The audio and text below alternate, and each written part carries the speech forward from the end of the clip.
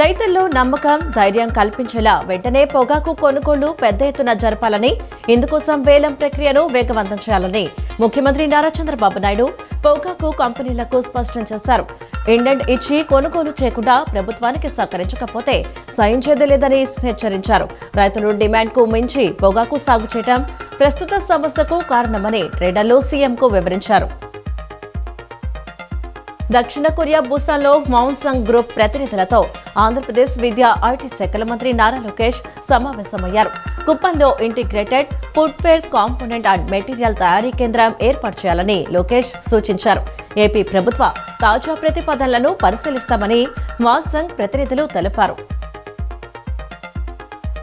రాజధాని అమరావతి రైతుల సమస్యల పరిష్కారంపై మంత్రి నారాయణ హెచ్చరించారు.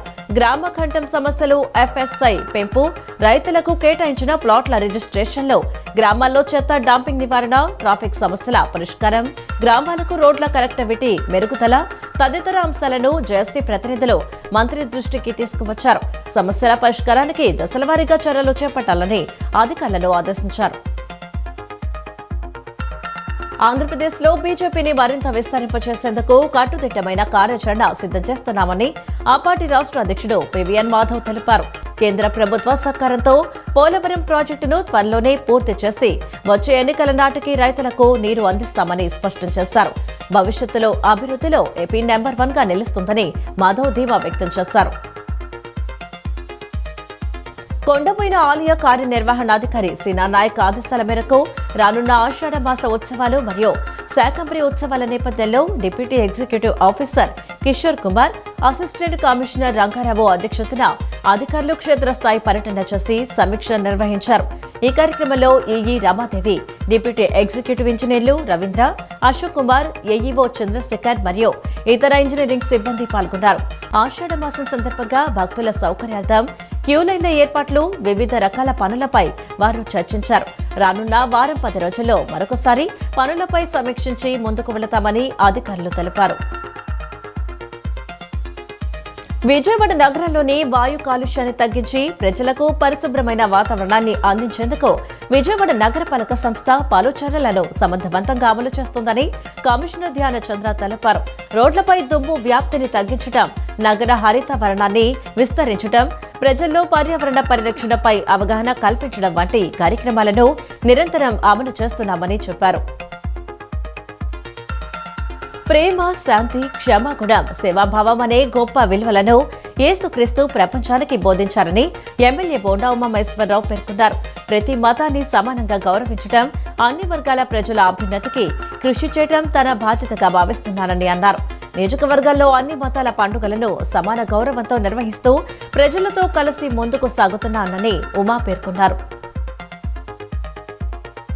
మంత్రి నారా లోకేష్ దక్షిణ కొరియా పర్యటన విజయవంతం కావడం చూసి తట్టుకోలేకనే వైసీపీ నేతలు దేవాలయాలపై అబద్ధపు ప్రచారాలు చేస్తున్నారని ఆర్యవైశ్య కార్పొరేషన్ చైర్మన్ రూండి రాకేష్ విమర్శించారు. ఐఫోన్, ఆర్సిలార్ మెటల్, కాగ్నిజెంట్ వంటి దిగ్గజ సంస్థల సరసన ఇప్పుడు ఎల్జీ, శాంసంగ్, హూందాయ్ కంపెనీలు కూడా వచ్చేలా లోకేష్ జరుపుతున్న చర్చలు చూసి వైసీపీ భయపడుతోందన్నారు. దేవాలయాల ఆదాయం తగ్గిందంటూ వైసీపీ చేస్తున్న ప్రచారంలో ఆనా పైసా నిజం లేదని ఆయన పక్క లెక్కలతో స్పష్టం చేశారు. ప్రజల సమస్యలను వేగంగా పరిష్కరించడమే ప్రజా దర్బార్ కార్యక్రమం ప్రధాన ఉద్దేశమని మైలవరం ఎమ్మెల్యే వసంత వెంకట కృష్ణ ప్రసాద్ తెలిపారు. ప్రజా సమస్యల పరిష్కారంలో ఎలాంటి అలసత్వానికి తావు లేకుండా బాధ్యతాయుతంగా వ్యవహరించాలని అధికారులను ఆదేశించారు. కూటమి ప్రభుత్వం ప్రజలకు నేరుగా సేవలు అందించడానికే ప్రాధాన్యమిస్తుందని ఎమ్మెల్యే పేర్కొన్నారు. గత వైసీపీ ప్రభుత్వ నిర్లక్ష్యం వల్ల ఆంధ్రుల జీవనాడి అయిన పోలవరం ప్రాజెక్టు తీవ్రంగా దెబ్బతిందని, ప్రస్తుత కూటమి ప్రభుత్వం దానికి తిరిగి జీవం పోస్తుందని టీడీపీ రాష్ట్ర అధికార ప్రతినిధి డాక్టర్ దాసరి శ్యామచంద్ర శేషు తెలిపారు. టీడీపీ కేంద్ర కార్యాలయంలో ఏర్పాటు చేసిన మీడియా సమావేశంలో ఆయన మాట్లాడుతూ 2019-24 మధ్య జగన్ హయాంలో డయాఫ్రమ్ వాల్ ధ్వంసంపై ప్రాజెక్టులపై వేల కోట్ల అదనపు భారం పడిందని, 5 ఏళ్లలో కనీసం 2% పనులు కూడా జరగలేదని విమర్శించారు. అన్నమయ్య డ్యాం బాధితులను కానీ, పోలవరం నిర్వాసితులను కానీ గత ప్రభుత్వం ఆదుకోలేదన్నారు.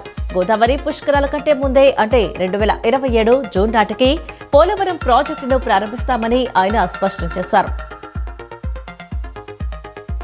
పొగాకు, మద్యం వంటి దురలవాట్ల కంటే సోషల్ మీడియా వ్యసనం అత్యంత ప్రమాదకరంగా మారిందని జీఆర్కే పోలవరపు సమితి అధ్యక్షులు గొల్ల నారాయణరావు ఆందోళన వ్యక్తం చేశారు.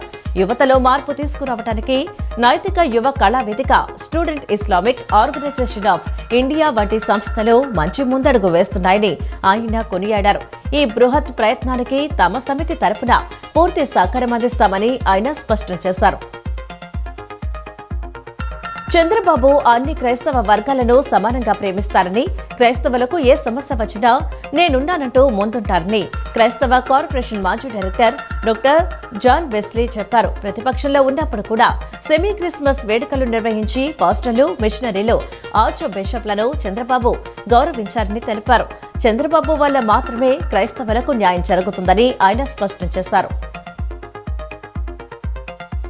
మాజీ ముఖ్యమంత్రి వైఎస్ రాజశేఖర రెడ్డి 77వ జన్మదిన వేడుకలు కృష్ణా జిల్లా బాపలపాడు మండలం వీరవల్లి గ్రామంలో నిన్న ఘనంగా నిర్వహించారు. జిల్లా వైఎస్ఆర్సీపీ ఉపాధ్యక్షుడు కోడెపోయిన బాబీ వైఎస్ఆర్ విగ్రహానికి పూలమాలలు వేసి నివాళులు అర్పించారు. కేక్ కట్ చేసి అందరికీ తినిపించారు. అనంతరం ఆయన మాట్లాడుతూ వైఎస్ రాజశేఖర రెడ్డి 2003లో నిర్వహించిన పాదయాత్రలో నుంచి పుట్టుకొచ్చిన ఆలోచన ఫీజు రియంబర్స్మెంట్, 108 ఆరోగ్యశ్రీ లాంటి ఎన్నో పథకాలను ప్రవేశపెట్టి ఈ దేశంలోనే ఒక బ్రాండ్ అంబాసిడర్ గా సంక్షేమ రథసారథిగా గుర్తింపు తెచ్చుకున్నారని అన్నారు. 24,000 రూపాయలు ఉన్న తెల్ల రేషన్ కార్డు ఆదాయాన్ని 60,000కు చేసి ప్రతి కుటుంబాన్ని ఆరోగ్యశ్రీలో చేర్చి 25 లక్షల రూపాయల వరకు ఖర్చు పెట్టే విధంగా పాలన సాగించారని అన్నారు. రాజశేఖర్ రెడ్డి లాంటి మహోన్నత వ్యక్తి ప్రతి ఒక్కరి హృదయాల్లో చిరస్థాయిగా ఉంటారని తెలియజేశారు. ఈ కార్యక్రమంలో గ్రామ కన్వీనర్ గొడవల్లి సుధాకర్, గండి చిన్నారావు, మొల్ల ఆంజనేయులు తదితరులు పాల్గొన్నారు.